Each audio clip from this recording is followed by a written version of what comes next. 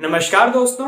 अभी हाल ही में 31 अक्टूबर के दिन भारत में सरदार वल्लभ भाई पटेल की 145वीं जयंती मनाई गई। इस मौके पर प्रधानमंत्री नरेंद्र मोदी ने स्टैच्यू ऑफ यूनिटी पहुंचकर सरदार वल्लभ भाई पटेल की मूर्ति को पुष्पांजलि अर्पित की। दोस्तों, सरदार वल्लभ भाई पटेल को भारत का बिस्मार्क भी कहा जाता है।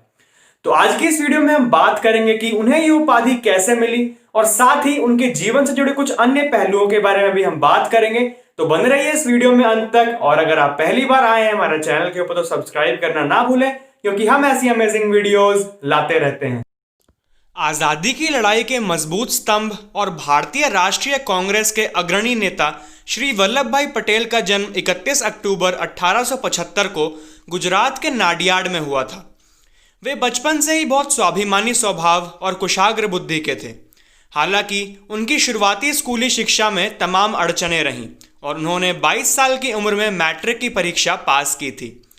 आगे की पढ़ाई के लिए उनका मन था कि वे इंग्लैंड जाकर वकालत की पढ़ाई करें, लेकिन पैसे की कमी के चलते वे तत्काल इंग्लैंड नहीं जा पाए। इसलिए उन्होंने भारत में कानून की डिग्री हासिल की और गोधरा में वकालत करने लगे। साथ ही वे अपनी उच्च शिक्षा के लिए धन भी जमा करते रहे। बाद में साल 1911 में वे लंदन गए और वहां मिडिल टेम्पल इन संस्थान में वकालत की शिक्षा के लिए प्रवेश लिया।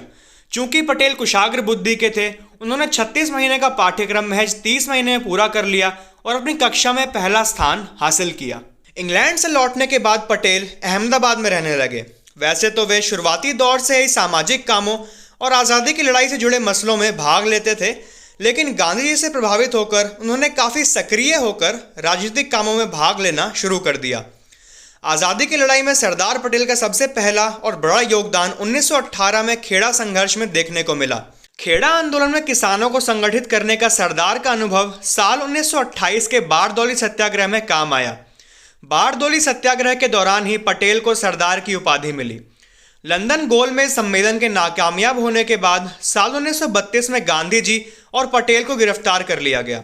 जेल में पटेल और गांधी जी तमाम विषयों पर चर्चा करते थे और इस तरह इन दोनों बड़े नेताओं के बीच वैचारिक और व्यवहारिक नज़दीकियां बढ़ती चली गई।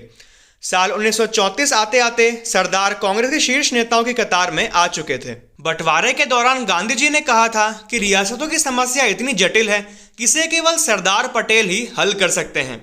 सरदार पटेल ने गांधी जी के इस विश्वास को बखूबी साबित करके दिखाया। रियासतों के एकीकरण के भगीरथ काम को कुशलतापूर्वक निपटाने के कारण ही सरदार पटेल को भारत का बिस्मार्क कहा गया।